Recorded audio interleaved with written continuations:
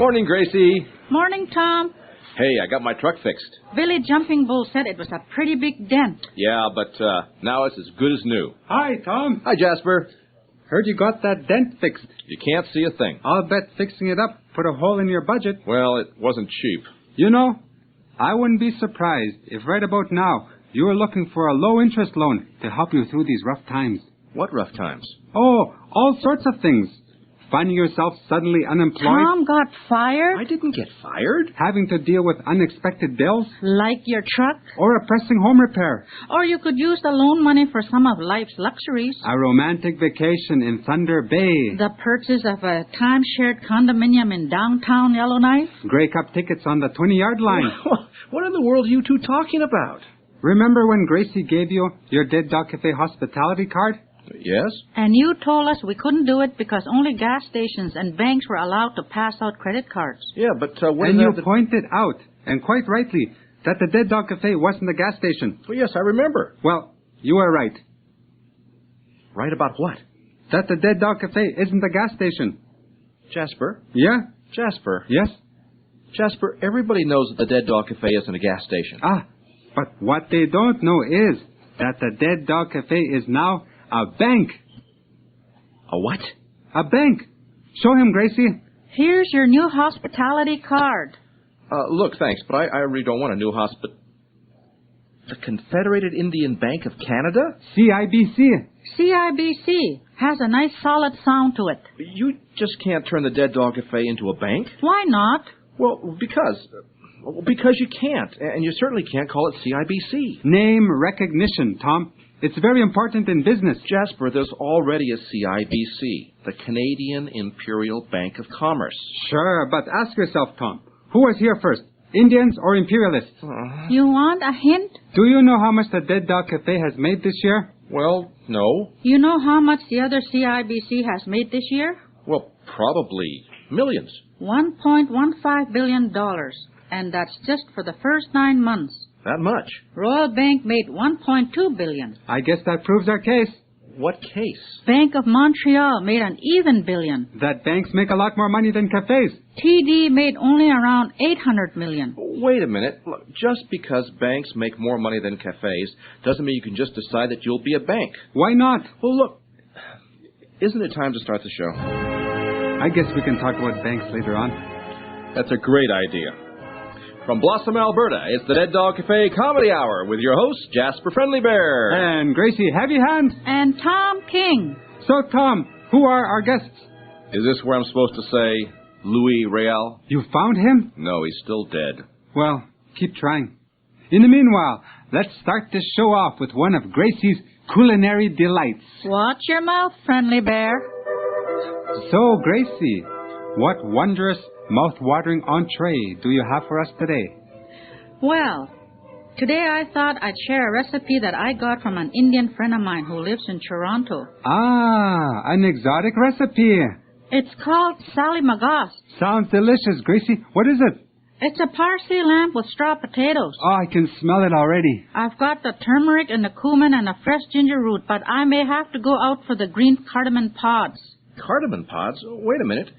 Isn't Sally Magost an East Indian dish? Toronto isn't that far east, Tom. That's not what I mean. I know a lot of people out here in the West think Toronto's on the East Coast, but it's not. Jasper, I know where Toronto is. Never met an urban Indian who didn't know where Toronto was. Now, if we were talking about a Micmac recipe or a Beothuk recipe, now that would be authentic East Indian. Beothuk? Jasper, the Beothuks were all killed off by Weissen disease in the 19th century. Listen, Tom.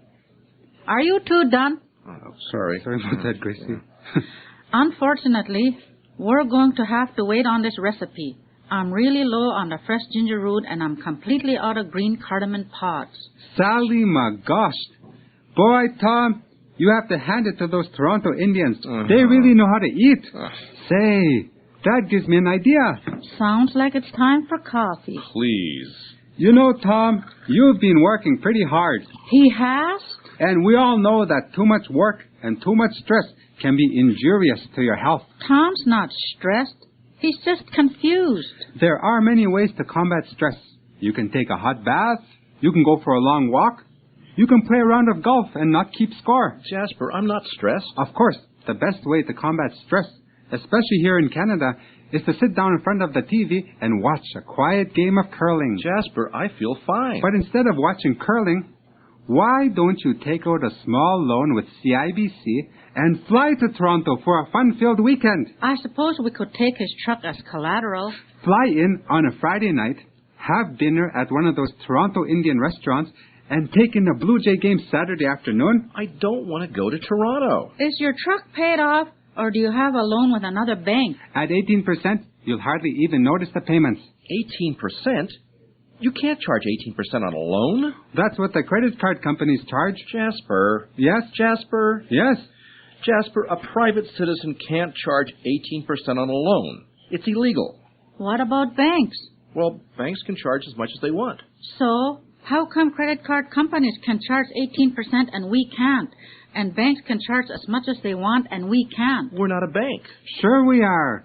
CIBC, remember? Jasper, you have to stop saying that. Boy, Gracie, we're going to get rich on the hospitality card alone. You know, Friendly Bear, every so often you come up with a good idea. Banks don't get rich off their credit cards or their loans. They don't? No. What do you think happens when people default on their loans or don't pay the money they owe on their credit cards? The banks call the RCMP? Well, yes, I suppose they could do that. So, if you're a bank, you can use the various law enforcement agencies to enforce your loan policies. Well, yes, but that's not the point. And to think that I've wasted the last 20 years of my life running a cafe. So, how do banks make all their money? Well, for one thing, they charge fees. Fees? Fees? Well, that's right. Every time you do anything in a bank, no matter how insignificant, you get charged a fee. You're kidding. No, every time you write a check, you pay a fee. Every time you use the cash machine, you pay a fee. They charge fees for cashing checks, for changing U.S. dollars into Canadian dollars, for applying for a home mortgage. The list is endless. Oh, this is exciting. Most of the fees are small, but they add up. Almost sounds like something Indian Affairs thought up. Wow, this puts everything in a whole new light. But before we get too excited about all this newfound power and wealth, it's time to give away some authentic Indian names. So, Gracie, who wants an authentic Indian name today? Here's one from Eric Stubbert in Dartmouth, Nova Scotia. Dear Dead Dog, I was wondering if you had a token white person on your show, and if not, I would like to apply for the position. I have been a white person all my life, and I don't think that I'll be changing. But I would like an authentic Indian name anyway. Well, Eric Stubbert from Dartmouth, Nova Scotia, we already have half a token white person on the show. We do? He means you, Tom. Right. But we'd be happy to give you an authentic Indian name and brighten up your dreary life in Nova Scotia. Jasper, we don't know that his life is dreary. Tom, he lives in Nova Scotia. Nova Scotia is a very nice place. Do you ever see the weather report for Nova Scotia? Fog, fog, fog. Might be better than sun and grasshoppers. And he wants to be on the show. Well, if you put it that way, Well, I guess. let's spin those wheels. Okay, Eric Stubbert, here's your authentic Indian name. Gracie, what's the first wheel say? The first name is Narcissus. What's the second name, Tom? The second name is Naughty. And the third name is Sky. All right, Eric Stubbert, your new authentic Indian name is Narcissus Naughty Sky. That'll brighten his day. But don't forget, before you can use your new name, you have to write us and tell us about your most interesting experience with an Indian. Look at this. Here's a listener who doesn't want an authentic Indian name. What? Hard to believe, but here it is. Dear Dead Dog, I don't need an authentic Indian name. Gerald Wandering. Now, there's a cry in the wilderness. What do you mean?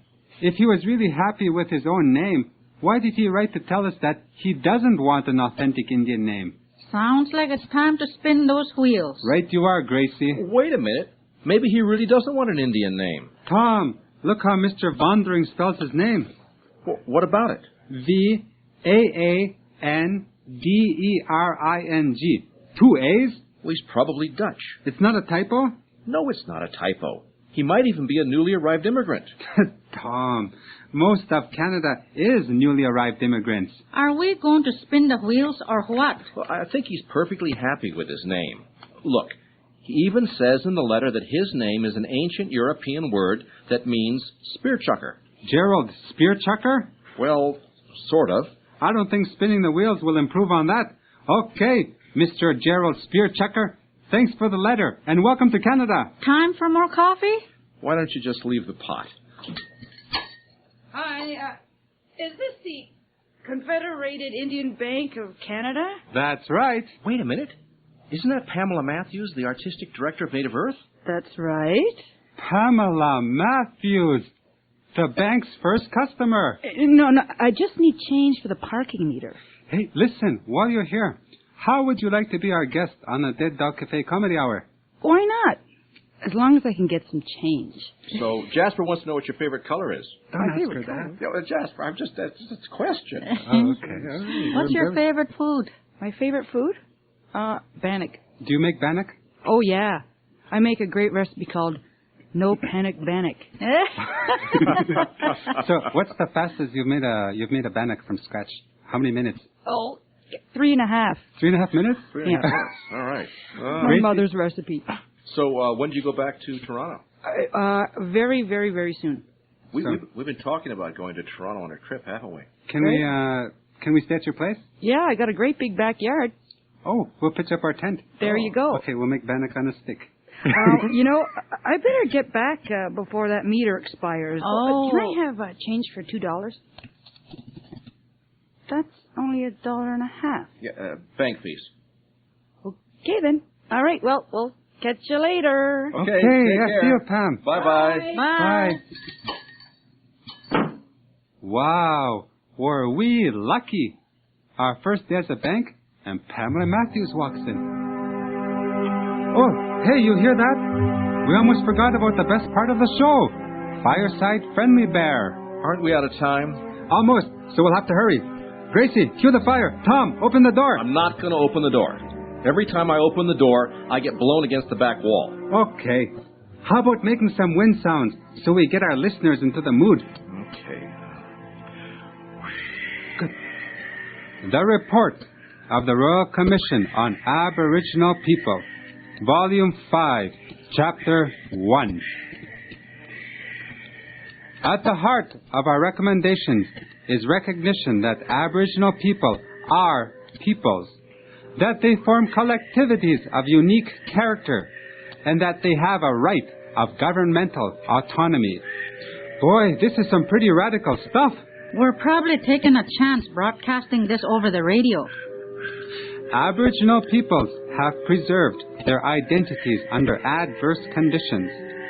They have safeguarded their traditions during many decades when non-Aboriginal officials attempted to regulate every aspect of their lives. How much longer do I have to do this? Not long. Where was I? Oh, yeah. They are entitled to control matters important to their nations without intrusive interference. This authority is not something bestowed by other governments. It is inherent in their identity as peoples. But to be fully effective, their authority must be recognized by other governments. Okay, Tom, you can stop. You look a little white, Tom. You all right? Just out of breath. Boy, making wind noises is tougher than it looks. Not as tough as trying to get recognized by the federal government. Try phoning them sometime and see how far you get. Might as well be talking to a time signal. Well, looks as though we have run out of time. Next time, our guests will be Pamela Wallen, Mike Harris, and of course, Louis Riel. Who's Mike Harris? In the meantime, this is Jasper Friendly Bear. And Gracie Heavy Hand. And Tom King saying, So long for now. And don't forget, stay calm. Be brave. Wait for the signs. We should talk about that loan for Tom. I don't need a loan. A vacation will help relieve that stress. I don't want to go on vacation. Sally my gosh, Tom, you don't get authentic Indian food like that in Alberta. Except in Banff. So I'll go to Banff. I'll get the loan form. I don't want to go. Here, Tom.